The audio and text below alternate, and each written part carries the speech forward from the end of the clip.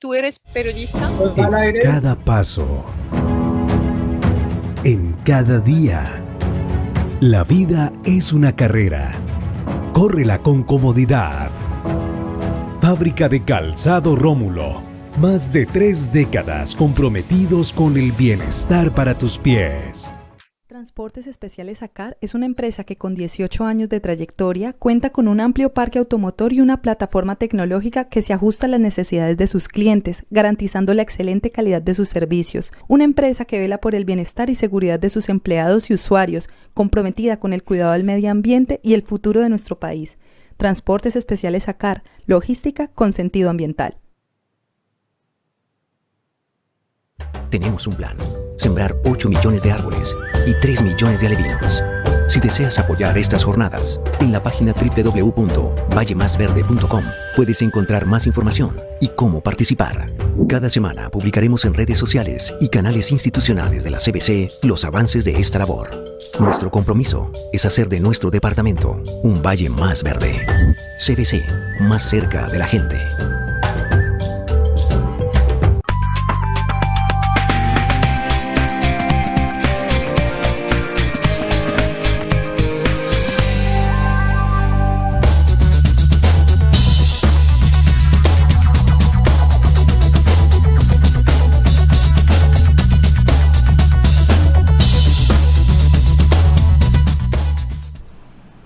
Amables televidentes, se los saluda José Alberto Tejada Echeverry, presentándoles el programa institucional del Canal 2 informativo Nuestra Gente. Hoy saludo en el estudio a Dieter Zúñiga, nuestro colega y abogado que nos acompaña con frecuencia en el máster del Canal 2. Y saludamos por Skype a la periodista francesa Ghislaine Rougeol, quien es la coautora del libro Falsos Positivos, la verdad del Cabo Mora. Ella está conectada con nosotros vía Skype desde París. De hecho, trabaja para el periódico Le Parisien en Francia y desde hace 30 años viaja frecuentemente a Colombia y ha tenido oportunidad de conocer no solo muchas partes de nuestro territorio, sino mucho y en profundidad de nuestra realidad en estas últimas 3 décadas. Y también está con nosotros Efraín Valencia, panelista de nuestro programa que está conectado desde Popayán. A ellos los saludo, les agradezco haber aceptado esta invitación a este conversatorio matutino. Invitamos a Ghislaine de manera simbólica a propósito de que hoy comienzan en el mundo occidental las llamadas novenas del Niño Dios. Novenas del Niño Dios que hacen alusión a los cánticos y a las manifestaciones de paz, de encuentro, de comunión entre las familias y los pueblos. Pero ella tiene para contarnos y para explicarnos mucho de lo que ha encontrado a partir de este reportaje, el libro que ha logrado con el Cabo Mora, donde nos muestran que mientras nosotros hemos pasado muchas navidades con nuestras familias y hemos gozado de bienestar, muchas han sido las familias colombianas, especialmente los sectores más pobres, que han pasado navidades llenas de dolor y sobre todo de la frustración, la desesperación de no saber qué pasó con sus seres queridos. Un hijo, un hermano, un padre, un tío, un primo, un sobrino, etcétera. Que sea ella entonces la que nos comience a dar elementos de contexto para que entendamos esta situación. En Colombia, desde el año 2006-2007, se comenzó a hablar de los falsos positivos de manera pública, pero ya sabíamos que desde el gobierno de Virgilio Barco Vargas, 1988, se habla de desaparecidos y de ejecuciones extrajudiciales en el país. Sin embargo, comenzando esta década, cuando terminaba el gobierno Andrés Pastrana Arango, en el año 2000, del 2000 en adelante, se hizo de manera notable la evidencia de que habían ejecuciones extrajudiciales que después se le vendían a la opinión pública como muertos en combate. Además de que eran extrajudiciales, la doble gravedad era que eran casi siempre personas con alguna situación o de discapacidad física o de discapacidad cognitiva, o en todo caso personas habitantes de la calle, personas en situaciones de vulnerabilidad extrema, las que después se confirmó eran engañadas para reclutarlas en función de X trabajos que eran el señuelo para después matarlas, ponerles uniformes de guerrilleros y presentarlas como muertos, insisto, en combate. Esto se dio desde el gobierno, especialmente lo que está documentado, desde el gobierno de Virgilio Vargas, pero en este siglo, desde los años 2000, esto tomó forma prácticamente sistemática y se habla por parte de muchos investigadores de más de 5.000 casos documentados de falsos positivos. La Justicia Especial para la Paz, la propia Fiscalía, hablan de tener documentado más de 2.200 casos, y ahí está el origen de por qué este libro es tan importante. Un soldado, un oficial del ejército colombiano, puso el dedo en la llaga y casi paga con su vida haber tenido el escrúpulo de preguntar ¿y esto qué es? ¿Y por qué lo están haciendo? Y de denunciarlo. Ghislaine, usted como periodista francesa que ha ido y venido a nuestro país, díganos qué fue lo que la animó a acercarse al Cabo Mora y a hacer este libro, que es un reportaje extenso e intenso sobre lo que significan los falsos positivos en Colombia. Bueno, primero, muy buenos días y muy buenos días a todas las personas que nos escuchan y nos están mirando, y gracias por invitarme a hablar de este libro, La verdad del Cabo Mora, que fue publicado en Icono Editorial en Colombia. Bueno, primero yo soy periodista, entonces como periodista francesa yo me intereso en la actualidad, en lo que está pasando en mi país y en lo que está pasando fuera de mi país, por supuesto. Como francesa que viaja en Colombia desde casi 30 años, como acaba de decirlo, yo me interesa también en lo que está pasando en Colombia, donde tengo muchos amigos y hasta familia política. La realidad de Colombia es muy compleja para entender para un francés. La realidad social, económica, política, la historia es muy compleja, pero siempre he tratado de hablar con la gente que conozco en Colombia para que me expliquen, de mirar los noticieros, de leer las revistas, los diarios, pues en fin, de intentar de entender. De los falsos positivos, pues por supuesto en 2008, cuando estalló el caso de los desaparecidos de Soacha, que es emblemático de los falsos positivos, pero que sabemos que representan 19 casos dentro de miles de casos, como acaba de decir, no sabemos cuántos falsos positivos hubo en Colombia durante toda la historia, que más entre 3.500 y 10.000. Pues no sabemos. Omar Rojas, el ex coronel de la policía, habla en un libro que él escribió de 10.000, que algunas ONG también hablan de esto, otros de 5.000. Pues no sé si con el tiempo podremos conocer la cifra exacta. De todas formas, lo que sí sabemos es que son miles. O sea, es un fenómeno enorme. En 2008, como cualquier persona que se interesa un poquito en la actualidad, yo me enteré de lo que pasaba en Soacha. Eso estalló como a principios de septiembre de 2008.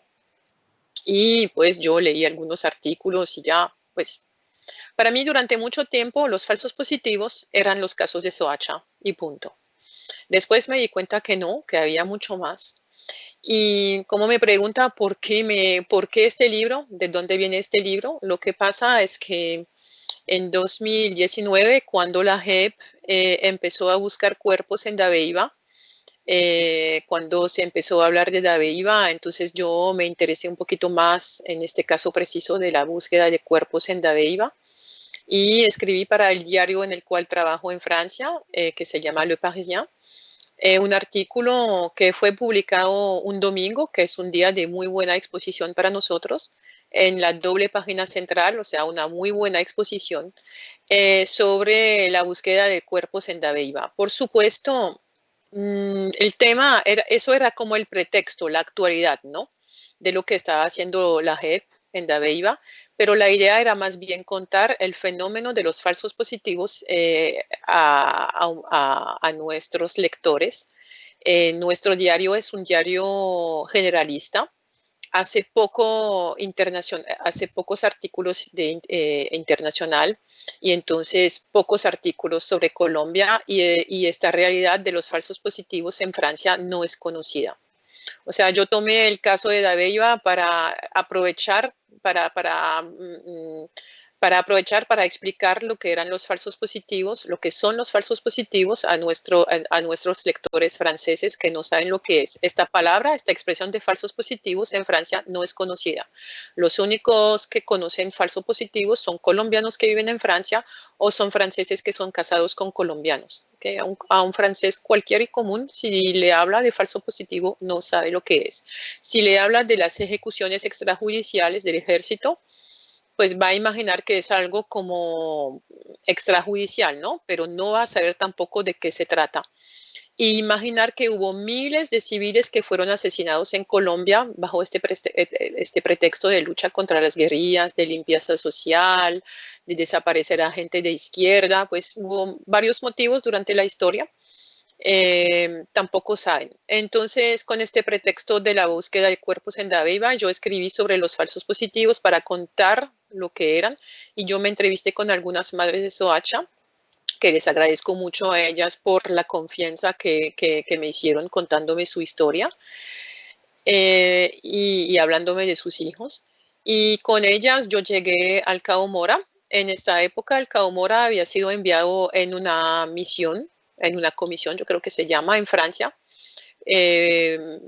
por parte del ejército, y se quedó un año en Francia. Pues, por supuesto, esta misión en Francia, pues oficialmente es una misión en Francia, ¿sí?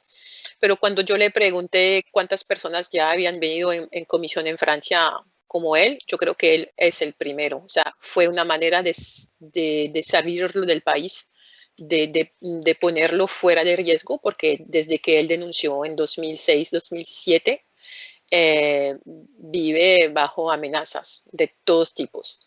Entonces, como era en Francia, pues lo llamé y lo encontré, hablemos, y él se abrió a mí de su voluntad de contar su historia, que en el pasado algunos periodistas le habían preguntado por contar su historia en un libro, pero él no estaba listo a esta época. Y aquí en Francia se sintió como un poquito más cómodo, tomó como un tiempito para pensar en todo lo que había pasado y él quería contar su historia y pues cuando empecemos a hablar yo me di cuenta que no, definitivamente no podía dejar pasar esta ocasión porque su historia me pareció súper interesante, yo la quise conocer toda y además eso me pareció un punto de vista original de contar la historia de los falsos positivos a través de la mirada y de la denuncia de un cabo, de un militar que denunció estos hechos y que no denunció estos hechos para sacar un provecho, o sea, alguien que tiene una condena o que tiene una investigación y que quiere tener una reducción de pena, pero alguien que tenía todo que perder y perdió bastante, yo creo, y solamente quería denunciar para que cesan los hechos, porque él sí cree en el ejército, él sí cree que el ejército, él cuando entró en el ejército era para defender a los más vulnerables y no para encontrar tal situación. Entonces me pareció chévere contar su historia y pues nos hemos encontrado varias veces. Yo fui donde él vivía en el sur de Francia y hemos charlado mucho, hemos hablado cada día después durante meses. Yo me entrevisté con madres de Soacha, leí algunos reportes, me entrevisté con otras personas, otros actores y así pasó. Además de las entrevistas que ha tenido con el Cabo Mora y con las madres de Soacha, tuvo oportunidad, Ghislaine, de conocer familiares de personas que hayan tenido también el mismo tratamiento de falso positivo en norte de Santander, en el Meta, en el Guaviare, en Casanare, en el Huila, en el Cauca, o solamente usted entrevistó a las madres de Soacha y al cabo Mora? No, yo me entrevisté con otro militar que denunció algunos casos, pero mucho más tarde, y él había participado en falsos positivos. Yo me entrevisté con el personero de Soacha de la época, Luis Fernando Escobar, que estaba personero en Soacha en 2008 y que él había mucho trabajado en Soacha antes y que conocía muy bien la zona. Y con algunas madres de Soacha. No, yo no me entrevisté con otras familias de víctimas, es que el relato era primero contar la historia de Carlos, también su historia personal, lo que le llevó a ser militar. Me interesaba también el hecho de que él viene de Ciudad Bolívar, que su madre es desplazada por la violencia, por la guerrilla. Ella venía del Guaviare.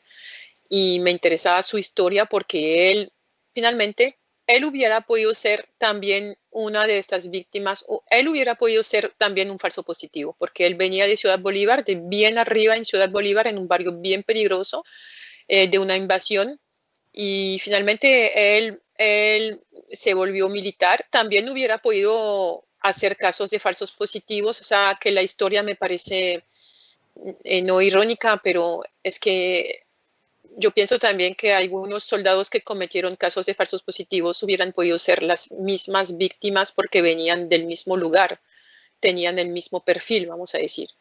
Y entonces yo me focalicé más bien en esta historia. Yo sí hablé con familias de víctimas, pero solamente de Soacha. Sí, yo sé que hay víctimas pues en toda Colombia.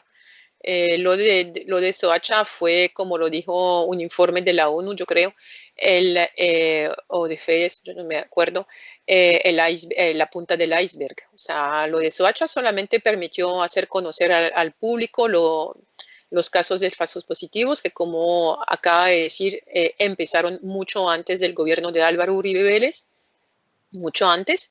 Incluso estaba leyendo el libro de Olga Bear sobre los 12 apóstoles hace poco y me di cuenta que hubo casos de falsos positivos también allá en Antioquia en 90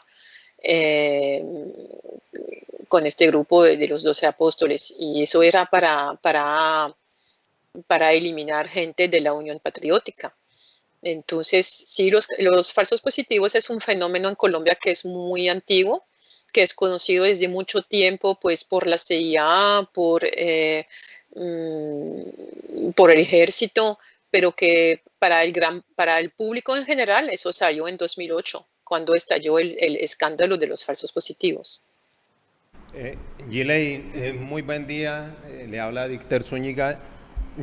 Efectivamente, esto de la guerra sucia en Colombia es un asunto de décadas.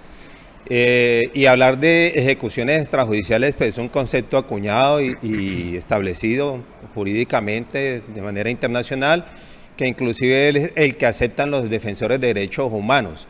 A partir de determinada época viene y se habla precisamente de falsos positivos, que para algunos no es un término adecuado, pero yo quisiera saber si coincidimos en algo, porque me parece que aquí hay una diferencia grande al momento de hablar de falsos positivos con respecto a las ejecuciones extrajudiciales en términos generales. Es decir, lo común que se venía presentando era que mataban, por ejemplo, a los líderes o a los militantes de la UP, a los que fuesen de izquierda, a los guerrilleros en estado de indefensión. Bueno, todo eso que representaba un peligro para eso que llamamos nosotros el establecimiento. Pero a partir de los falsos positivos lo que ve uno es que los asesinatos son de civiles no beligerantes, o sea, de personas que no tienen ni siquiera una posición política y simplemente atienden a una estrategia militar que genera un impacto social en el sentido de que se considera que se están matando guerrilleros y que por lo tanto se está ganando una guerra. Sí hay esa diferencia que yo quiero poner de presente, o simplemente cualquiera podría ser falso positivo. Pues me parece que ser militante de la Unión Patriótica también es ser un civil. Ejercer un poder político no es ser un beligerante, no es ser un combatiente. Eh, sí, la cosa tomó otro rumbo entre 2002 y 2008 porque eso sirvió una política, la política de seguridad democrática, que había que mostrar que había resultados del ejército.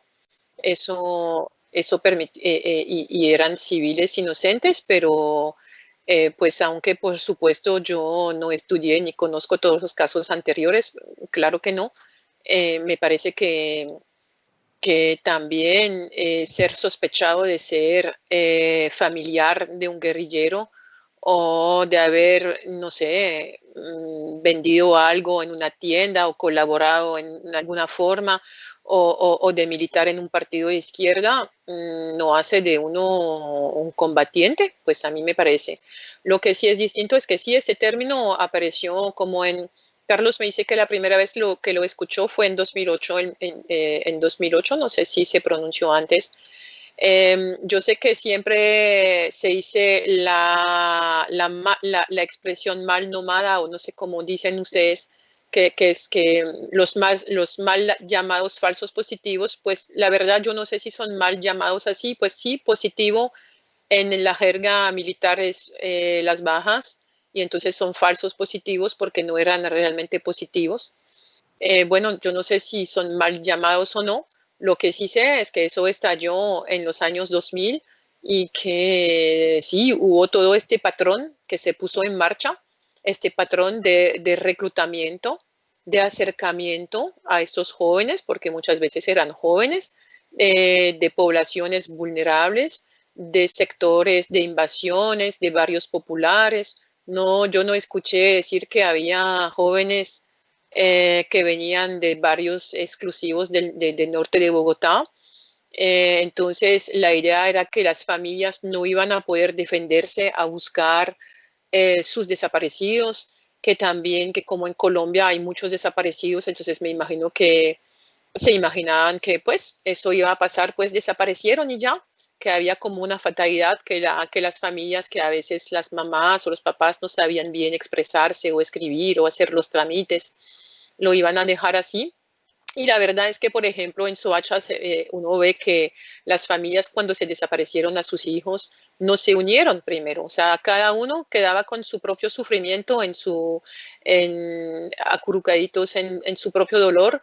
Y fue el personero que se dio cuenta que hubo varias desapariciones en un barrio, en un lugar pequeño, y eso le llamó la atención. Y cuando apareció el primer cuerpo en Ocaña, que eso se dieron cuenta por un familiar que trabaja, no recuerdo si fue en la morgue o algo así, entonces que hizo la conexión, que se dio cuenta de esto y entonces así estalló, o sea, se dieron cuenta que los cuerpos aparecían en Ocaña y que eso no era normal. Entonces, y hubo todo un patrón que se puso en marcha de acercamiento a los jóvenes, prometiéndoles un trabajo bien pagado. Yo recuerdo que en Soacha prometían, habían, ¿cómo se dice? Afiches, carteles, panfletos, perdón, panfletos que prometían como el doble o el triple de un salario mínimo, pues para una población que no estudió, que no tiene experiencia y que no tenía la posibilidad de darse cuenta que no es posible que uno proponga un trabajo así bien pagado sin ninguna experiencia y sin haber estudiado. De pronto también algunos sí sabían que era para hacer un trabajo que no era completamente legal. Y entonces había este acercamiento, reclutamiento, después les llevaban donde el lugar donde los iban a matar bien lejos para que eso se quede en la impunidad, para que no se pueda hacer conexiones. Y pues se los mataban en retenes del ejército. Es por eso que el libro también lo publiqué en francés y el título del libro cambió en Francia porque falsos positivos, eso no habla a la población, entonces yo lo llamé retenes mortales. Yo sé que en Colombia no podía funcionar este título porque los retenes para ustedes es más bien, eso recuerda más bien los retenes de la guerrilla. pero en Francia pues eso es más comprensible y entonces los mataban y el patrón mejoró con los años porque sabemos que al principio hubo casos de personas que estaban zurdos y que tenían el arma en la mano derecha y entonces eso pues no podía pasar. También que hubo casos de muertos que tenían uniformes que no eran de su talla, etcétera. Entonces el patrón mejoró. En esto, por ejemplo, para que eso no pasara con lo de los zurdos, les hacían después firmar como un contrato o algo para ver con qué mano utilizaban.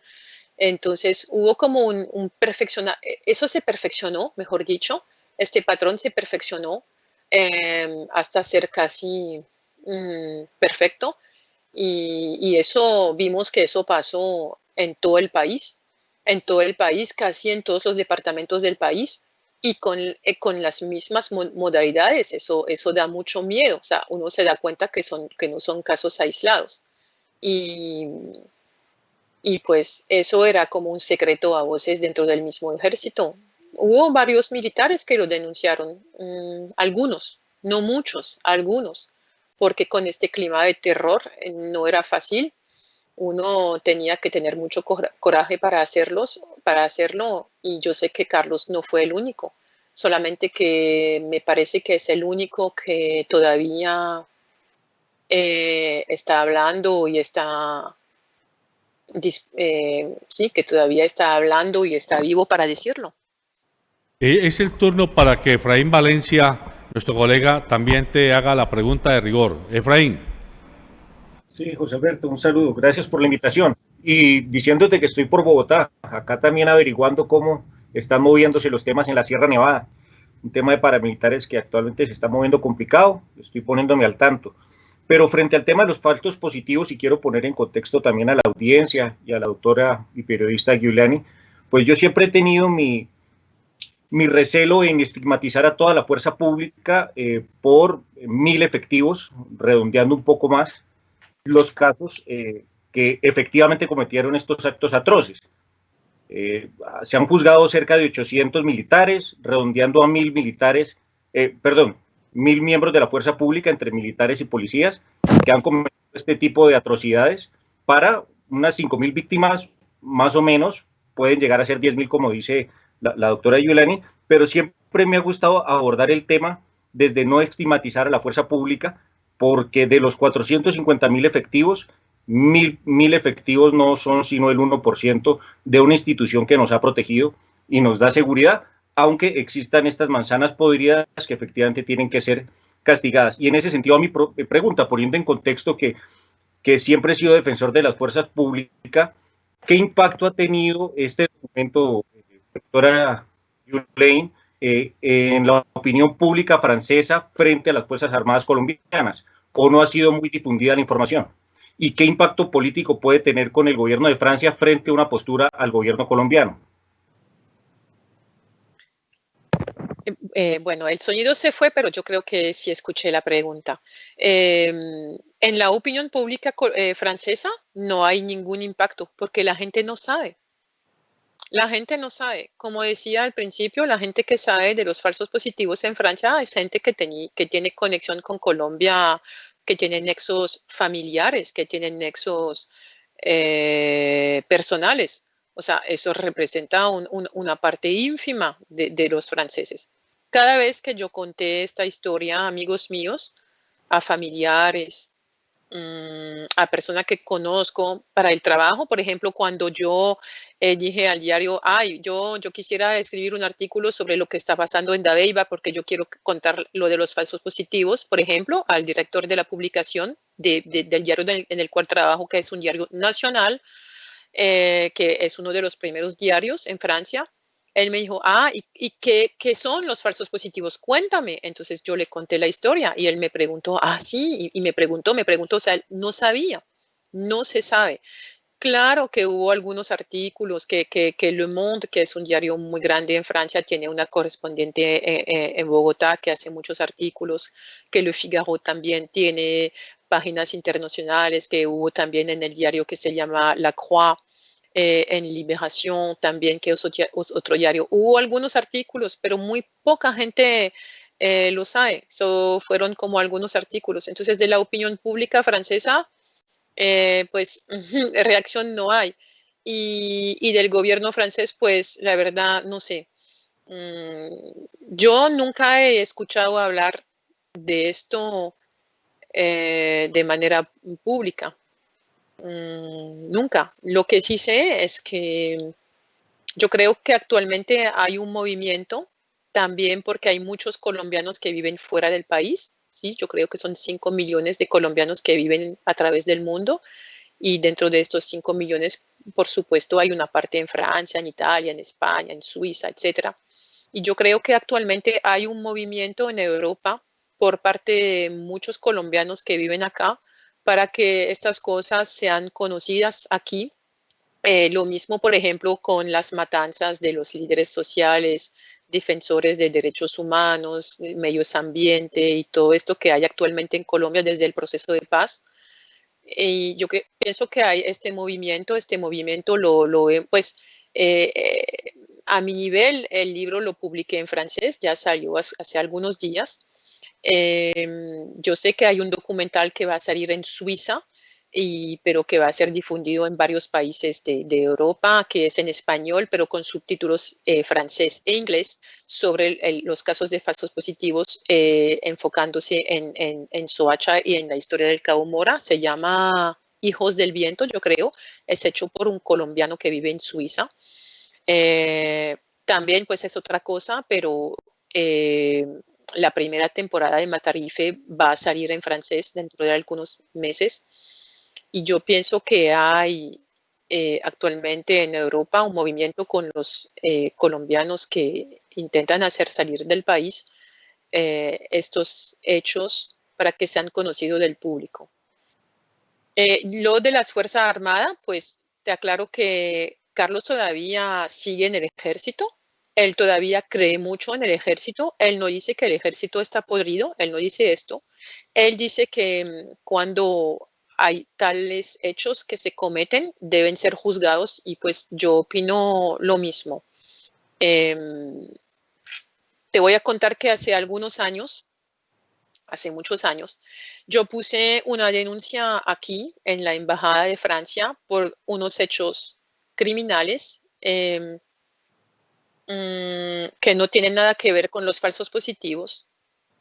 Pero en esta época, el embajador colombiano en Francia, cuando vio mi denuncia, me dijo que yo lo pensara bien, que tenía que pensar en el honor de Colombia. Entonces yo le respondí a él que el honor de Colombia, como de cualquier otro país, es de juzgar a sus criminales. Eso es el honor de Colombia, como es el honor de cualquier país. Y entonces el ejército, yo no digo, y tampoco, y Carlos no dice esto tampoco, porque él quiere a su trabajo, él sí sigue con el mismo ánimo. Él no dice que el ejército está completamente podrido. Él dice que hubo hechos graves, que estos hechos se produjeron a todos los niveles y que eso no se puede quedar en la impunidad. Pero él sí también dice que hay muchos soldados que murieron para en el papel que ellos habían escogido de defender su patria, de proteger a los más vulnerables. Carlos sí se volvió militar es porque él había encontrado varios militares en Ciudad Bolívar donde él estaba, que él se encontró en una situación de gran vulnerabilidad y su hermana también que andaba mucho en las calles y que estaba como un poquito desprotegida y él veía a los militares como representantes de la fuerza pública que debían defender a la gente honesta y defender a la gente en general. Yo creo que él sigue con esta idea que el ejército debe ser esto y que hay muchos jóvenes que murieron en la guerra y mucha gente que luchó y que ellos no hicieron nada ilegal ni cometieron ningunos crímenes. Pero de los que cometieron crímenes y que aprovecharon, que ganaron algo, porque lo que pasó es que en estos hechos de falsos positivos, mucha gente ganó mucho.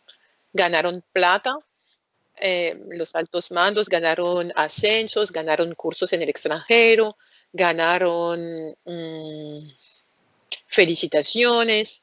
A unos rangos mucho más abajo ganaron días de descanso, o sea, mataban a gente para tener días de descanso, mataron a gente para poder ir a visitar a la mamá durante el Día de la Madre, y otros mataron a gente para comer pollo. O sea, cada uno a su nivel ganó algo, pero los soldados, pues claro que ganaron poquito. Y los que ganaron también fueron los paramilitares, que andaban mano en la mano con los militares. Es lo que cuenta primero el libro, o sea, que Carlos, cuando entra en el ejército y que se va, es enviado en Ocaña en un servicio de inteligencia, él está en la pista de algún objetivo que él tiene que buscar y encontrar y capturar, y él me dice que lo que encuentra solamente son los nexos entre los paramilitares y los militares. Entonces, eso yo creo que es andar mano en la mano entre algunos militares y paramilitares. Eso estalló mucha violencia, y lo que estalló más violencia fueron los incentivos para obtener estas bajas. Los militares que declararon delante de la JEP y que declararon en la fiscalía y que dijeron que solamente contaban las bajas, que era como una obsesión de tener bajas, bajas y bajas, muertos y muertos, y que había un top 10, de las unidades, y que este top 10 se medía en el número de muertos que habían. Carlos se acuerda que en Ocaña, primero cuando él estaba, ni siquiera estaban en el top 10, o sea, estaban mucho más abajo, y después cambiaron los mandos, y pues sí subieron hasta estar en los primeros puestos. Yo creo que me dijo que fueron a un momento en el primer puesto de este top 10. Y para ser los primeros había que hacer más bajas y bajas. Y para hacer bajas, pues cuando no había que buscar civiles inocentes. Algo que me impactó bastante yo es que en esto de la seguridad democrática y de estos objetivos que había de lucha contra las guerrillas, habían metas, objetivos, y pues me parece que en cualquier empresa, en cualquier organización, en cualquier sistema hay objetivos, ¿no? Objetivos que a veces pueden ser cifrados, y que a veces los objetivos están demasiado altos, demasiado difícil de lograr. Y en general, ¿qué pasa? Entonces uno intenta buscar excusas, argumentos para explicar por qué no se pudo lograr. A veces uno puede intentar maquillar las cifras para intentar hacer creer que sí, que se lograron. Pero ¿qué pasó en Colombia? Nada de esto. En Colombia, ¿qué pasó? O sea, mataron a gente para hacerlos pasar por guerrilleros caídos en combate. Y entonces eso es terrible, porque eso dice de la importancia de la vida humana, y cuando se ve el perfil de las víctimas, eso dice mucho de la desigualdad y de la manera de considerar la importancia de ciertas vidas humanas en comparación a otras. Yelaine, usted ha explicado varias cosas importantes a propósito de su respuesta a Efraín. En primer lugar, pone el ejemplo del embajador de Francia, la respuesta que usted le da, que es la típica respuesta hipócrita de quien cree que se protege el honor de una institución ocultando la verdad de lo que ocurra dentro de la institución, que es lo que pasa muchas veces, esa moral hipócrita de que es mejor que nadie sepa para que sigamos quedando bien. Y por el contrario, la labor o la actitud de un cabo como el cabo Mora, el personero de Soacha, lo que muestran es un profundo respeto a la institucionalidad, en este caso al ejército y también a la justicia, porque no hay otra forma de reivindicar su papel en la sociedad, sino que ellas puedan actuar, que el ejército pueda actuar. Yo me acuerdo que en la entrevista que le hizo el periodista Raúl Ramírez a usted, Raúl recuerda que Simón Bolívar maldecía a los soldados del ejército que dirigieran sus armas contra el pueblo, como una manera de decir que el ejército no estaba para atacar a su propio pueblo, sino para defender la soberanía nacional. Pero dicho eso, el caso suyo como periodista francesa es de alguna forma similar al caso de los periodistas del New York Times, Craig y los demás, que pudieron ellos hablar del resurgimiento de los falsos positivos y que se generó en el 2019 y que generó pues toda esta situación de remesón en el ejército, y que también supuso que el ejército y el Estado colombiano de alguna manera lo permitió comenzar a hacer los llamados perfilamientos de periodistas, de académicos, de políticos, etcétera. A usted, en este ir y venir en estos años, ¿tiene usted alguna evidencia de que la hayan perfilado, la han intentado coaccionar, ha recibido alguna amenaza, o personas que le hayan colaborado a usted han sentido la mano negra de quien amenaza si se saca la verdad a flor de piel? Pues yo en particular no recibí ni amenazas, ni me sentí, no, nunca. Pero personas con las cuales he hablado, con las cuales me entrevisté, algunas, pues con algunas, por ejemplo, no me comunico con celular o con Skype o con WhatsApp, yo me comunico con otros medios de comunicación porque la gente está muy asustada tantos años después de estos hechos. Otros me han dicho de cuidarme y todo esto, pero yo me siento muy tranquila. Es que yo vivo en Francia. Es que los periodistas que toman riesgos son los que viven en Colombia. Escribí hace poco un artículo sobre sobre la democracia en Colombia y los periodistas, y todos estos periodistas que no pertenecen a grandes medios de comunicaciones, a veces algunos también, y que son amenazados, que aparecen en estos panfletos de las águilas negras y todo esto. Entonces, sí, los periodistas que tienen en Colombia y que tratan de estos temas tienen mucho ánimo y tienen mucho coraje, y hay que sostenerlo, tanto como a las víctimas y todas esas personas amenazadas por intentar defender los derechos humanos. Para mí es muy fácil, yo soy una periodista francesa, yo vivo en Francia. Lo que sí es cierto es que normalmente a esta época del año tendría que estar en Colombia, como de costumbre, y yo no estoy allá. Yo no estoy allá y no voy a viajar en los próximos años. O sea, ya yo sé que ya no voy a viajar porque varias personas me han advertido que mejor para mí que no lo haga. Carlos tampoco está en Colombia. Él regresó en Colombia, pero no se quedó. Entonces, así es. Es una lástima, pero así es. Lo bueno es que ahora, con todas estas posibilidades de comunicación a escondidas que podemos tener, se puede comunicar, se puede comunicar con líderes, se pueden comunicar con periodistas, con personas con víctimas en Colombia, sin que las comunicaciones sean interceptadas, y se pueden trabajar desde afuera. Y a mí me parece importante que lo que está pasando también actualmente en Colombia, como lo que pasó, traspasa las fronteras, y eso sí me parece importante. Yo sé que hay un movimiento que se llama Las Vidas Colombianas También Cuentan, o algo así, que hizo una petición delante de la CPI, que llevó una petición delante de la CPI el 10 de diciembre, como lo habían hecho en 2018, para que la CPI, que la Corte Penal Internacional ejerza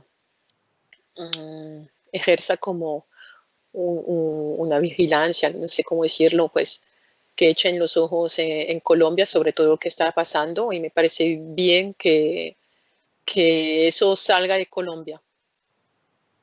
Voy a pedirle, Yelaine, voy a pedirle a Efraín Valencia y a Dieter Zúñiga que cada uno de los dos haga la siguiente pregunta, pero Dieter y Efraín, y después tú respondes para poder que ganemos tiempo y tengas tú la oportunidad de responder ampliamente la información. Efraín, tu pregunta. Sí, Oliver, antes de que de pronto tenga que estar en el programa, agradecer la invitación, agradecer ese libro, buscaré leerlo, no sé dónde lo consiga, pero la pregunta sería, ¿tú consideras que las Fuerzas Armadas colombianas deban tener una reestructuración dentro de su doctrina militar, o de pronto ese no es el propósito de tu trabajo, o simplemente es exponer unos hechos? ¿O sí te gustaría sentir ese cambio de la doctrina militar al interior de la fuerza pública? Y quiero terminar con esto, José Alberto, porque sé que ahorita de pronto se alarga el espacio, agradecer una vez más por ese trabajo y buscaré leer el libro, y esa sería mi otra pregunta, ¿dónde conseguimos el libro? Gracias, José Alberto. Bueno, el libro sí lo consigues en Panamericana, en la Librería Nacional, ya está en las librerías. Puedes salir ahora a comprarlo. Toma nota, Ghislaine, de la pregunta que te acaba de hacer Efraín, para que escuchemos a Dieter. Bueno, Alberto, yo entiendo que este libro es producto de toda una investigación y obviamente alguna parte de esa investigación es la que queda consignada en el libro y otra me imagino que queda en documentos que Ghislaine posee en su poder. Yo quisiera saber cuáles fueron los alcances de la investigación como tal, en el entendido de que, pues, tenemos claro que cuando se intensificaron los falsos positivos fue dentro del marco de una política de Estado, de gobierno, llamada la seguridad democrática. Esa seguridad democrática, en su momento, obviamente, el presidente era Álvaro Uribe Vélez y su ministro de Defensa era el señor Juan Manuel Santos, que posteriormente sería condecorado con el Nobel. Entonces, aquí han pretendido decir que es que de pronto los militares, a raíz de esos incentivos, obraron como ruedas sueltas, pero obviamente no podría ser así porque hay inspectores en las fuerzas militares, hay fiscalía que tiene que adelantar investigaciones, hay procuraduría que tiene que hacer los seguimientos correspondientes y no quedaría tan fácil, dijéramos, obviar esas situaciones que ustedes o muchos fueron descubriendo frente a estos casos. Entonces, ¿hasta qué punto esa investigación termina comprometiendo a personajes? Obviamente aquí hay un duro cuestionamiento con respecto a Álvaro Uribe Vélez, pero se calla mucho lo que tiene que ver con el ministro de Defensa entonces frente a este tipo de casos. Ghislaine, tienes la palabra para responder las dos preguntas. Bueno, entonces, bueno, del libro dijiste que pues sí se encuentra en las librerías, también es publicado por Icono Editorial y se encuentra en la página de Icono y se encuentra en Amazon también la versión digital, en especial para los colombianos que viven fuera del país y que lo pueden conseguir en versión digital con Amazon y si no en las librerías colombianas. En lo de la reestructuración del ejército, pues yo no creo que pueda opinar en esto. Yo no me siento legítima para opinar en esto. Sí, lo que sí sé es que lo de la impunidad genera una imposibilidad de paz y que este sistema de impunidad hace que la violencia siga igual en Colombia. Mira, los franceses piensan que Colombia está en paz porque se firmaron los acuerdos de paz en 2016, en noviembre, con las FARC. Entonces, fuera del país se imagina que Colombia ahora es un país en paz, pero yo veo todos estos masacres y asesinatos y entonces yo creo que la situación de impunidad sí es un problema y pues primero juzgar, o sea, parar de utilizar todos los recursos posibles para que algunas personas que son investigadas desde 2008, por ejemplo, siguen sin condena o sin juzgamiento. Eso sí, pues reestructuración, no sé, de pronto sí, pero primero juzgar a la gente y no a los responsables y no esconderlos, no protegerlos. En lo que se refiere, pues no estoy segura de haber entendido la pregunta que se refiere a Santos, que la pregunta era que sí se habla mucho de Álvaro Uribe Vélez, pero no de la responsabilidad de Santos. Eso es la pregunta, me imagino. Pero también Dieter lo que quiere es hacer notar que se recaba la responsabilidad de los militares, pero se deja por fuera la responsabilidad de los políticos. Sí, así también, exacto. Sigue, Ghislaine. Pues pues sí, ¿quién estaba al mando del país cuando todo esto estalló? Eso fue eso es el resultado de una política. Los militares no, me parece que los militares se actuaron así, no fue por voluntad de ellos.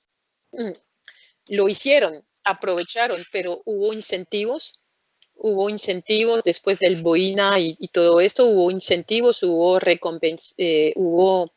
estimulaciones para que eso pasara. Y sí, Juan Manuel Santos era ministro de Defensa y Álvaro Uribe era presidente de Colombia, como él también estaba en la gobernación cuando, al momento de los 12 apóstoles y todo esto. Entonces, encontremos a las mismas personas y sabemos que la JEP no puede juzgar ni a Juan Manuel Santos ni a Álvaro Uribe Vélez,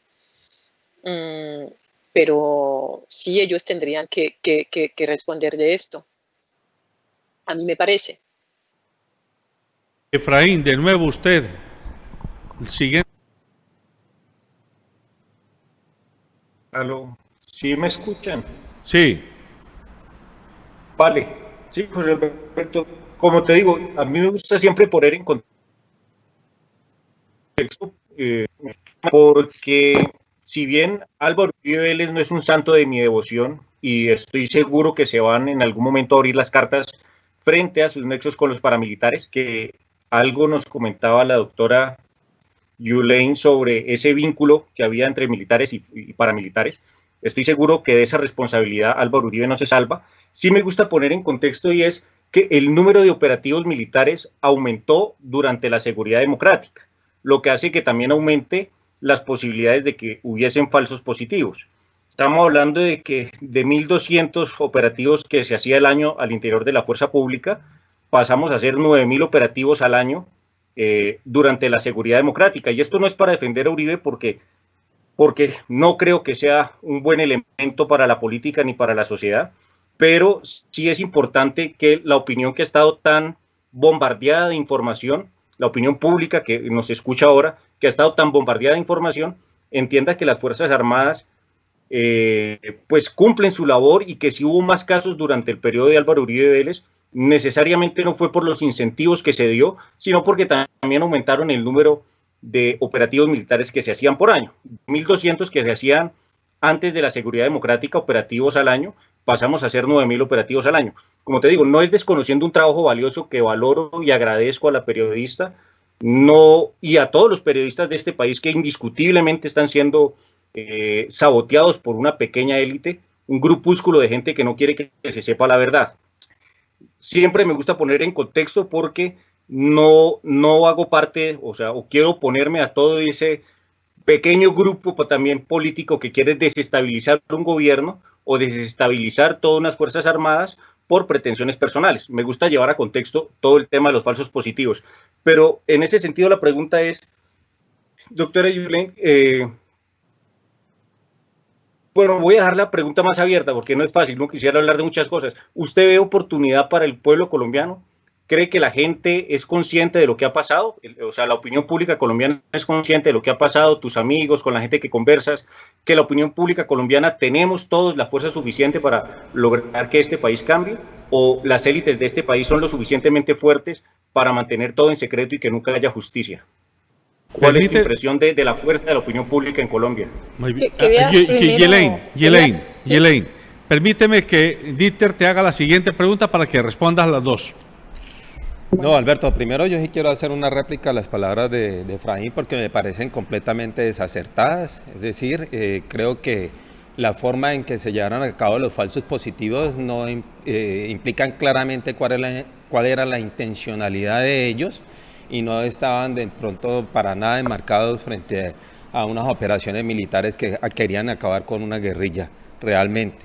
Y hay veces uno se pregunta, teniendo en cuenta ese número tan elevado de falsos positivos que se dice, ¿con qué cifras era que estaba contando el señor presidente Álvaro Uribe para decir que estaba acabando con la guerrilla? Porque si decimos que pudieron haber sido 3.000 bajas o 3.000 falsos positivos, entonces restémosle a esa seguridad democrática esos falsos positivos a ver en qué queda.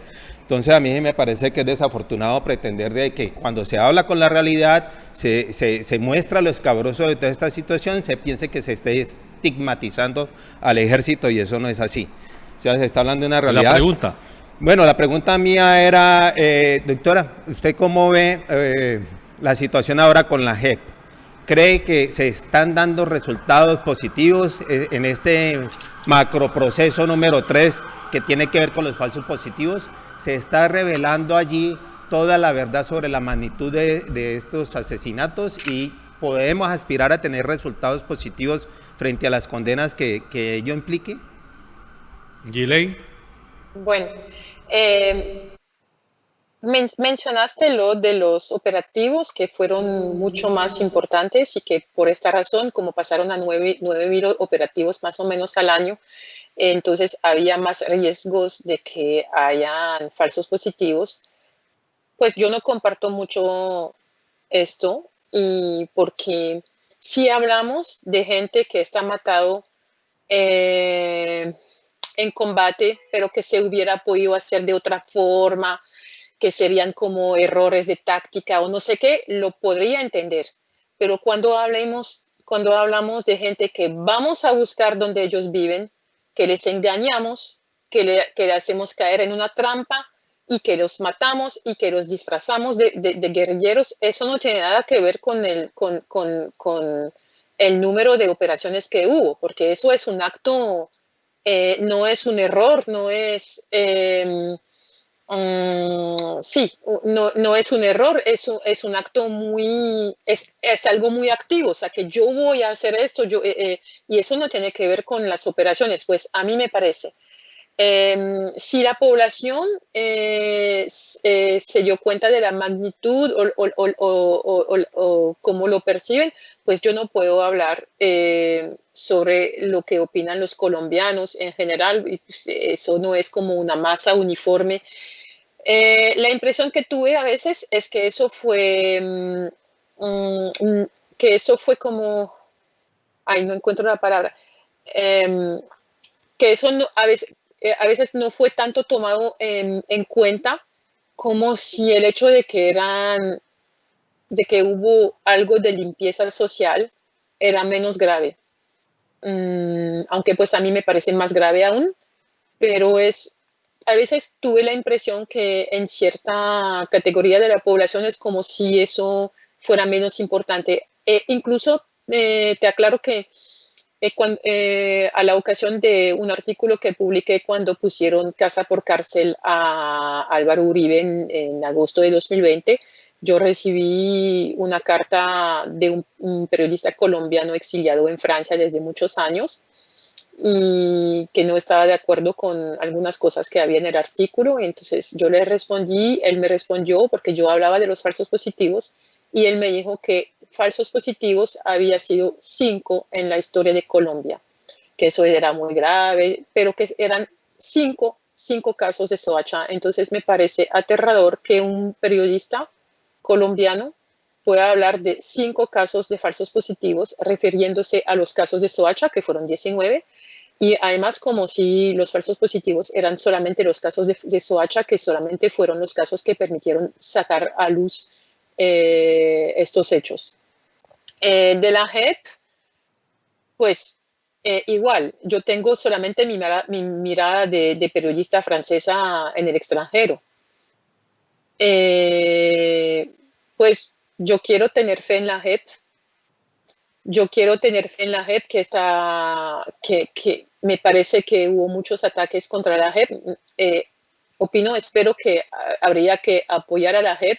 Y si la pregunta es saber si gracias a la JEP vamos a poder conocer la verdad y esclarecer todos los casos, pues yo creo que no, porque hay pocos magistrados, muy pocos magistrados. Podemos pensar que ellos actúan con toda la profesionalidad, motivación y deseo de hacer lo mejor posible su trabajo, pero frente a tantos casos, tantos miles de casos, pues yo no sé, es como una montaña que está delante de ellos y pues supongo que las familias van a estar decepcionadas. Por lo tanto, también recuerdo que algunas familias de víctimas se sintieron escuchadas, recibidas, tomadas en cuenta por la JEP, y que eso varios años después de haber denunciado los casos, y que si fuera solamente por eso, ya eso fue positivo.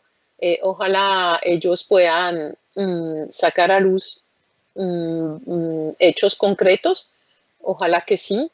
Es cierto que lo que uno puede pensar y que lo que puede pasar es que militares declaran delante de la JEP para tener rebajas de pena y solamente aclarar los casos que ya son probados o que se conocen, tapando los otros casos para minimizar su responsabilidad. Pues por lo tanto, se tiene que enterrar la JEP. Yo no creo, me puedo equivocar, pero no creo. Ghislaine, yo quisiera pedirle que desde su óptica de periodista y de extranjera, europea, intente comentarnos la lectura que hace de cómo puede modificarse o cómo puede cambiar la realidad del ajedrez político Colombia-Estados Unidos con el cambio de gobierno americano. Esto lo digo porque de alguna manera en los últimos 4 años los gobiernos colombianos, tanto el de Juan Manuel Santos como el de Iván Duque, estuvieron solapados por la indiferencia del gobierno de Trump respecto a este tipo de situaciones como las masacres, el asesinato de líderes sociales, los falsos positivos y hasta la propia JEP. Ya vimos que el propio exfiscal Néstor Humberto Martínez se amparó mucho en la DEA para intentar entrampar todo este proceso. ¿Cree usted que hay posibilidades de que esas relaciones binacionales presionen de alguna manera al gobierno colombiano a que de nuevo enrute su atención con respecto al acuerdo de paz y a impedir que siga esta masacre sistemática, este asesinato de líderes y también esa limpieza social disfrazada de falsos positivos, o cree que no va a haber mucho cambio? Pues yo no sé si va a haber cambio. La impresión que sí tengo es que muchos colombianos tienen esta fe, esta esperanza de que con la llegada de Biden algo bueno pueda salir, ocurrir para Colombia. Lo que sí me parece cierto es que es mejor así que si Trump había ganado una segunda vez. ¿Se congeló? No. Ghislaine, yo tenía una inquietud. O sea, quisiera saber cómo es la relación de los ciudadanos franceses con sus fuerzas armadas. Es decir, hay cierto grado de confianza en ellas. Ellas representan en algún momento algún peligro para la oposición. En caso tal de que de pronto hubiese algún tipo de desmán, ¿cuál es la reacción que se presenta por parte de la sociedad o inclusive de los aparatos judiciales o de control frente a ellas? ¿Cuál es la formación que tienen tanto profesional como en derechos humanos en Francia? Tengo esa inquietud. Bueno, me parece que la situación es bien distinta. Nosotros no tenemos conflicto interno. Lo que sí tenemos, como sabe, es desde algunos años atentados terroristas que pueden surgir a cualquier momento. Tuvimos unos atentados en 2015 terribles. Lo que pasa es que el ejército durante mucho tiempo en Francia no estaba tan visible como lo puede ser, claro, en Colombia. Yo recuerdo las primeras veces que viajé en Colombia, que yo veía a todos estos militares, eso me asustaba porque me decía que si había tantos militares es que había un riesgo. No tenía miedo de los militares, pero sí tenía miedo del por qué había tantos militares en tantos lugares. Entonces, me parece que durante mucho tiempo nosotros no veíamos tantos a los militares. Los militares más bien son enviados en fuerzas internacionales en otros países, en el Mali y en otros países de África. y en Francia no los veíamos tanto. Empezamos a ver varias fuerzas militares cuando empezaron estos atentados que pueden surgir en cualquier parte ahora en Francia, pero yo pienso que la gente los ve como más bien como una fuerza que está aquí para protegerlos. Me parece así. Otra cosa muy distinta es que durante las manifestaciones en Francia, por varios motivos, pudo haber violencias por ambas partes de la policía o de los manifestantes, y que eso se pone feo. Eso es otra cosa. Pero yo no pienso que tengamos nosotros una imagen de las fuerzas militares que sea tan fea. Pues no hubo casos de falsos positivos aquí. La situación es súper distinta. Es muy, muy distinta. Por ejemplo, también me impactó una vez, hace muchos años, cuando estaba hablando con una amiga en Buenaventura. Yo estaba hablando con ella de cosas distintas, de política, de economía, de actualidad, de cosas.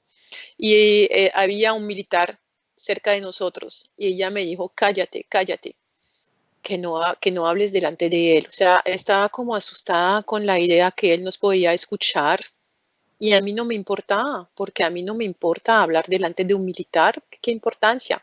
Es porque seguramente, pues, yo amo mucho a Colombia, yo amo mucho a este país, que es un país maravilloso, que la gente es súper amable, súper generosa, que es un país donde hay todo. En Colombia es como el paraíso, hay todo lo que existe en el mundo está en Colombia. El problema en Colombia es la guerra, el problema es las desigualdades enormes, el problema es toda la violencia que genera el tráfico, la cocaína y todo esto.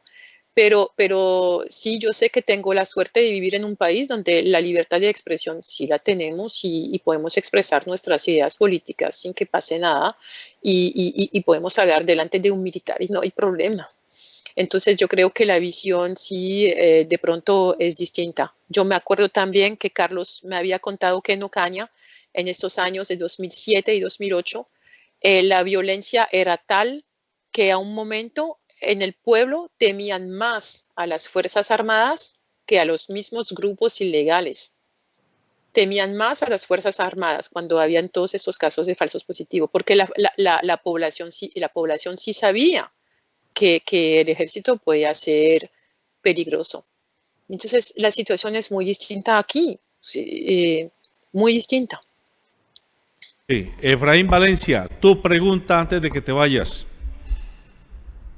No, José Alberto, se me van acabando, porque creo que la doctora Aguilera ha sido muy clara. No quiero parecer, por supuesto, que yo defienda las fuerzas públicas. No estoy de acuerdo con que se investigue. Por el contrario, creo que lo mejor que le puede, uniéndome a las palabras de la doctora Yulain, lo mejor que le puede pasar a la institución es que se investigue, se juzgue, y se juzgue de manera dura todo este tipo de acciones ilegales que cometió el ejército, porque lo hicieron por fuera de sus funciones, que ese es otro debate.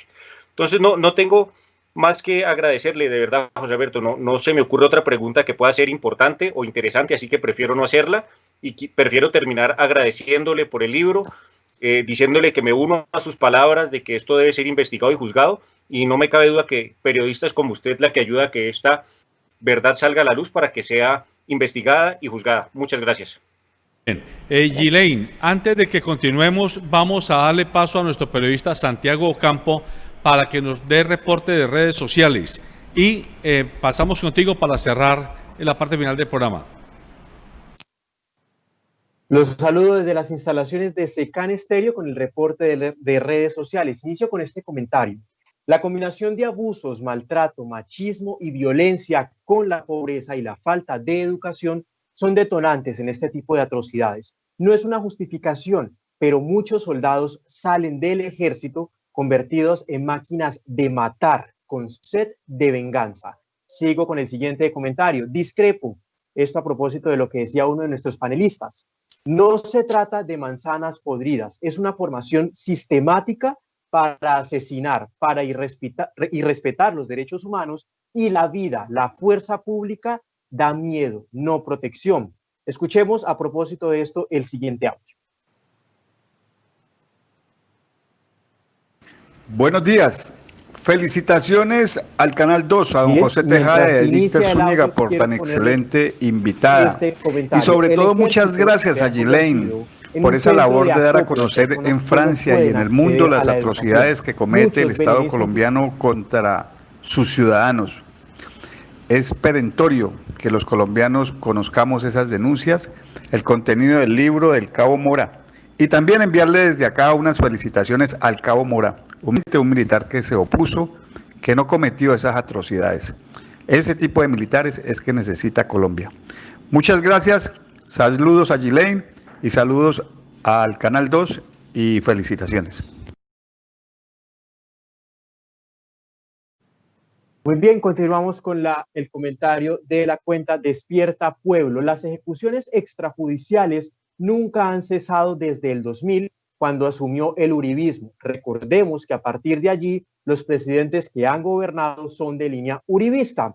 Se apaciguó un poco durante Santos, pero ahora Uribe, retornado en el poder con las riendas, se ha reconstruido todo el fenómeno, con la muerte de líderes sociales, desmovilizados de las FARC y estudiantes que luchan contra el régimen. Sigo con este comentario. Preocupante el caso del embajador. Se pregunta uno qué tanto crimen han escondido, han tapado y pasado a la impunidad. El sistema gubernamental colombiano da asco. Otro oyente nos comenta, el periodismo, sobre todo en Colombia, es un oficio de gran peligro. Se carga una lápida en la espalda. Aquí el mismo gobierno investiga, perfila, roba información, sabrá Dios para hacer qué. Siguiente comentario, detrás de los falsos positivos hay mucho, la responsabilidad política es gigante. ¿Dónde quedan las familias adineradas del país? Los grandes caciques y demás gente que maneja la patria. Uribe es uno de tantos. Escuchemos el siguiente audio para cerrar el reporte de redes sociales. Los falsos positivos en Colombia es la por vergüenza que hemos vivido como sociedad. Es la cosa más atroz que ha tenido que vivir una madre, de que le disfracen su hijo de guerrillero cuando era un muchacho de bien para justificar una política positiva en el tema de seguridad. Es un acto despreciable de cómo un gobierno utilizó la muerte de personas inocentes para poder subir popularidad y hacernos creer a los colombianos que esto era exitoso. Lo más triste es que es por los falsos positivos los mayores responsables aún no están judicializados. Aún nadie le responde a las madres de Soacha y a otras madres que han denunciado toda la atrocidad que han vivido por sus hijos. Aún no saben dónde están y aún no hay culpables. Lo más atroz no fue lo que se vivió. Lo más atroz es que aún no hemos podido juzgar como sociedad ni como justicia a aquellos que cometieron nuevos actos barbáricos. Es una vergüenza mundial. Fue el reporte de redes sociales desde Secán Estéreo. Muchas gracias. Muchas gracias, Santiago. Muy interesantes. Ghislaine, te tengo que pedir que hagas una especie de mensaje, porque como ahora ya con las redes sociales y con el mundo digital, la gente no está sometida a un solo canal de comunicación. Yo espero que muchos militares activos y policías también vean este tipo de programas. Los pueden ver en su celular, los pueden ver en sus tablets, los pueden ver en sus computadores, los pueden ver en sus televisores smart. Es decir, hay muchas maneras de hacerlo. Sería bueno que a partir de lo que significó la escritura de ese libro, que insisto es un reportaje extenso e intenso a un militar en activo, un mensaje tuyo a esos militares y a esos policías activos frente a lo que debe hacerse y lo que no debe hacerse en nombre del cumplimiento de las órdenes. Pues es que la idea, claro, es, yo sé que en el ejército uno debe obedecer de manera ciega, ¿no? Me imagino que eso es como pasa, pero Los poquitos que pudieron denunciar sin haberse manchado las manos muestran que la desobediencia sí es posible. Eso sí es cierto que hay que tener mucha fuerza, pues Carlos se dañó la carrera, se dañó un poquito la vida familiar, me imagino, pero su vida familiar siguió su rumbo, se dañó la carrera, pero todos los órdenes, pues yo no hago parte del ejército, entonces para mí es muy fácil decirlo, pero no se puede esconder desde la falta de responsabilidad, es lo que pasó, ¿no? Porque había órdenes, los órdenes venían de más arriba y cada uno ahora está diciendo que los órdenes, la presión venía desde arriba hasta Montoya. Entonces, pero eso mostró todo lo que pasó, estos miles de muertos. Y pues no, como lo decía ahorita, la mayoría de los soldados y de los militares no actuaron mal. O sea, no, la idea no es manchar toda la institución, pero el hecho de no hablar, el hecho de saber y de no decir, eso sí hace de uno un cómplice de un crimen. Y cuando uno sabe que esto fue un secreto a voces dentro del mismo ejército y de los políticos y de la fuerza política dentro de muchos años, eso sí hace de cada persona un cómplice. Entonces, después cada uno actúa con sus propios valores, ¿no? Ghislaine, el pueblo, la gente del común, puede actuar o no actuar por miedo, por indiferencia, por alienación. Atrévase también usted a hacernos un comentario sobre qué le diría al pueblo colombiano, a quien nos ve y nos escucha, frente a esto, y que a lo mejor hasta ahora ha dicho, eso es un problema de limpieza social, o eso es porque de que les pasó es porque en algo andaban, o no, eso no es cierto, o están desmanchando el ejército. Un mensaje desde Francia a colombiano común. Bueno, eso no es cierto. Entonces, si eso no es cierto, entonces Human Rights Watch se está equivocando. El Alto Comisionado para la Paz de la ONU se está equivocando. Se creó el caso 003 de la JEP.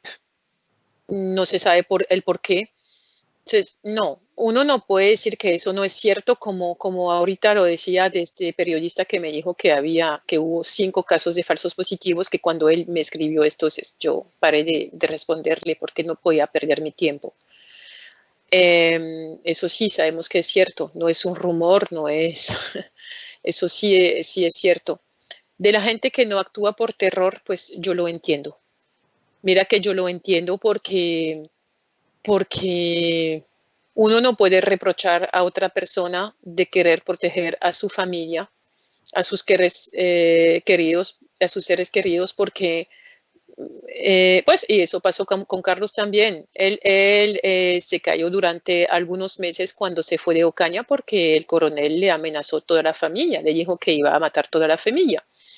Entonces él se fue con mucho temor, mucho terror. Entonces sí, yo puedo entender que la gente no habla por terror, y eso es el problema en Colombia, es este clima de terror. De indiferencia, eso tengo mucha dificultad de entenderlo, mucha dificultad. Y cuando usted dice que, bueno, entonces se trata de limpieza social, pero peor aún, o sea, ¿cómo uno puede aceptar que la limpieza social sea algo aceptable?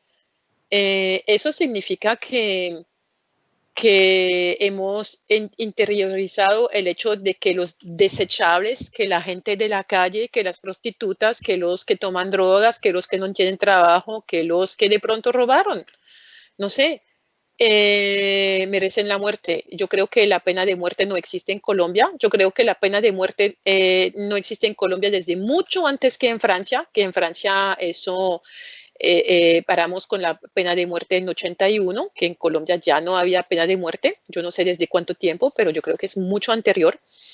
Entonces, no se puede aceptar que la limpieza social sea algo como si era menos grave, pero me parece más grave.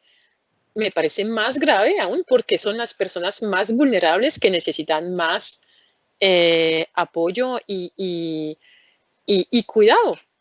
Este concepto no lo entiendo. Es que sí me di cuenta de esto, que lo de los falsos positivos era minimizado en cierta parte de la población porque precisamente había limpieza social, que porque las víctimas eran oriundas de invasiones, etcétera. Entonces, pero si están en invasiones, eso significa que fueron, a un momento su familia se fue de donde estaban porque huyeron a la guerrilla, porque huyeron a los paramilitares, porque había grandes terratenientes que estaban echando los campesinos afuera para tener una mejor productividad, que cantidad de cosas que huyeron por el conflicto. Entonces toda esta gente ya fueron una vez víctimas, y cuando se ve a las familias que perdieron un hijo, cuando uno habla con estas familias y que les cuentan su historia, se ve que fueron víctimas varias veces, porque tuvieron que huir de su tierra, porque llegaron a Soacha, a Ciudad Bolívar, en estas invasiones en Cali, en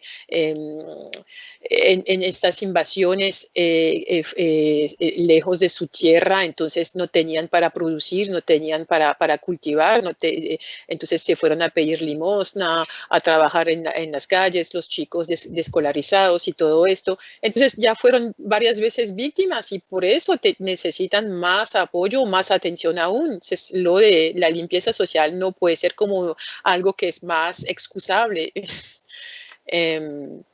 Y pues sí, puede ser también porque la gente no lee mucho o no da mucha atención a los medios de comunicaciones. No sé también si ahora se está hablando mucho de este tema de los falsos positivos en los medios de comunicación. Yo vi que hace poco tiempo hubo una propuesta de ley para que yo creo que el 10 de septiembre sea un día de conmemoración de las víctimas de las ejecuciones extrajudiciales, y este proyecto no pasó porque hubo algunos senadores, como 3 o 4, 2 del Centro Democrático, creo yo, que votaron en contra de este proyecto. Entonces, yo no entiendo cómo se puede negar de hacer un día de conmemoración para las víctimas. Entonces, pues, no, el mensaje sería ser solidario, o al menos apoyar, respetar y apoyar las familias de víctimas. Bueno, agradecemos a Ghislaine Rouhol, periodista francesa, que durante 30 años ha estado yendo y viniendo a nuestro país, ha estado estudiando la realidad social, económica, cultural, política, de seguridad que se vive en muchos territorios, de ellos muchos apartados, como por ejemplo el Catatumbo, el Bichada, el Casanare, la zona del Magdalena Medio, el Cesar, etcétera, donde lamentablemente han ocurrido estos hechos. Agradecemos también a nuestros panelistas, Efraín Valencia y Dieter Zúñiga, y cerramos con el siguiente comentario editorial. Los falsos positivos son una mancha negra en la historia reciente de Colombia, pero no se trata solo de que son una mancha negra, son el emblema del estilo de dominación que el Estado colombiano ha escogido para someter a la intimidación y al terror a su propio pueblo. Desde ese punto de vista, el ejército colombiano, al permitir que esto ocurra, está erosionando el propio ejército, su dignidad republicana y su historia republicana como defensor, como estamento defensor de la soberanía y del concepto de patria, en este caso en Colombia. Esto lo digo porque cada que se habla de hechos vergonzosos al interior del ejército o al interior de la policía, a quienes lo hacen se les acusa de estar queriendo desprestigiar las Fuerzas Armadas. Y repito lo que en otras oportunidades hemos dicho en este programa. el primero que tiene la obligación de respetar la institución a la que está vinculado es la persona que ejerce la función encomendada. No hay que respetar a Iván Duque como tal porque sea presidente de Colombia. Es Iván Duque quien primero debe respetar la institución política de la presidencia de Colombia para que por esa vía merezca él el respeto colectivo en tanto que encarna la majestad de la presidencia. Y de esa misma manera, los generales de la República, sean del ejército o sean de la policía, la primera obligación que tienen es la de dar ejemplo. Ejemplo de decoro, ejemplo de dignidad, ejemplo de decencia, ejemplo de respeto a los derechos humanos. Y cuando encontramos que los generales de uno y otro cuerpo no respetan los derechos humanos y la dignidad del pueblo colombiano, no puede decirse que quien lo denuncie está ulcerando al ejército y a la policía. Es menester que los periodistas, los académicos, los intelectuales, los políticos, los dirigentes sociales, los dirigentes empresariales, alcemos la voz y les exijamos a los generales.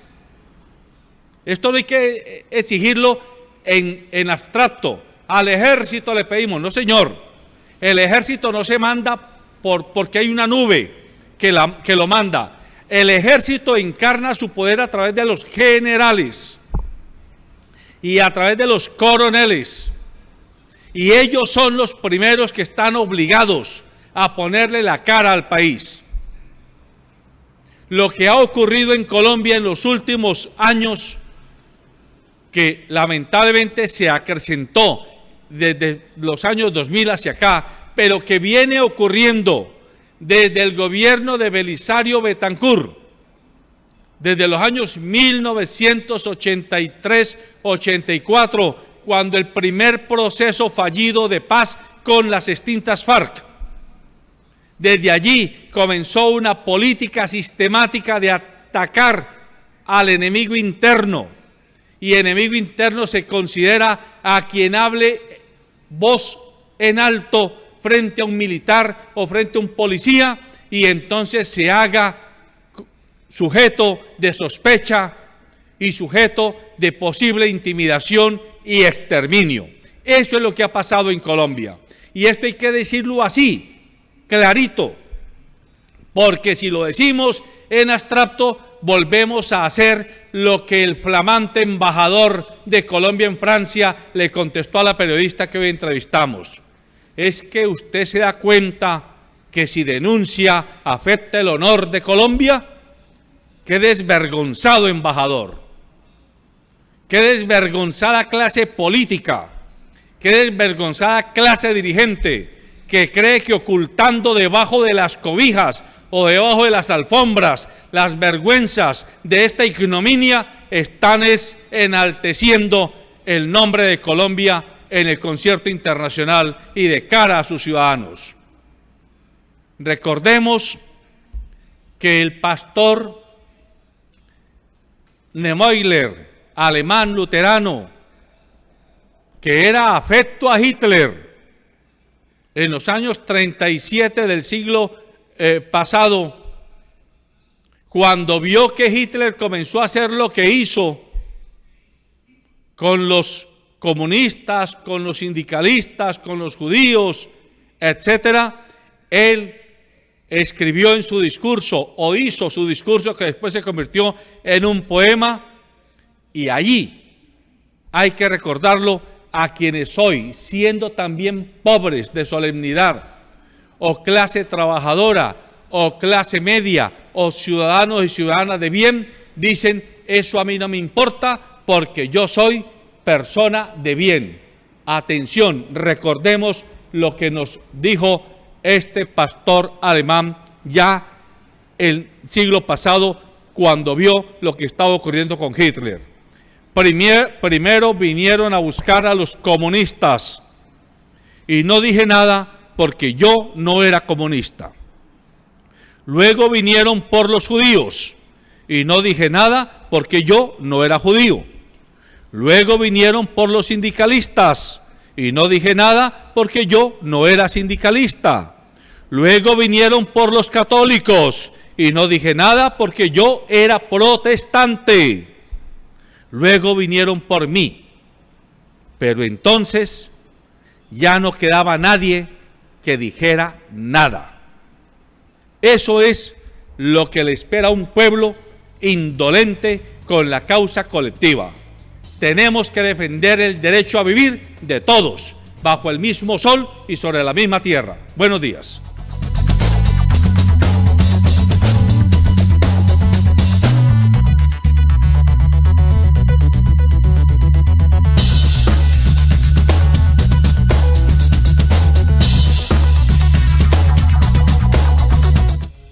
En cada paso, en cada día, la vida es una carrera. Córrela con comodidad. Fábrica de Calzado Rómulo. Más de 3 décadas comprometidos con el bienestar para tus pies. Transportes Especiales ACAR es una empresa que con 18 años de trayectoria cuenta con un amplio parque automotor y una plataforma tecnológica que se ajusta a las necesidades de sus clientes, garantizando la excelente calidad de sus servicios. Una empresa que vela por el bienestar y seguridad de sus empleados y usuarios, comprometida con el cuidado del medio ambiente y el futuro de nuestro país. Transportes Especiales ACAR, logística con sentido ambiental.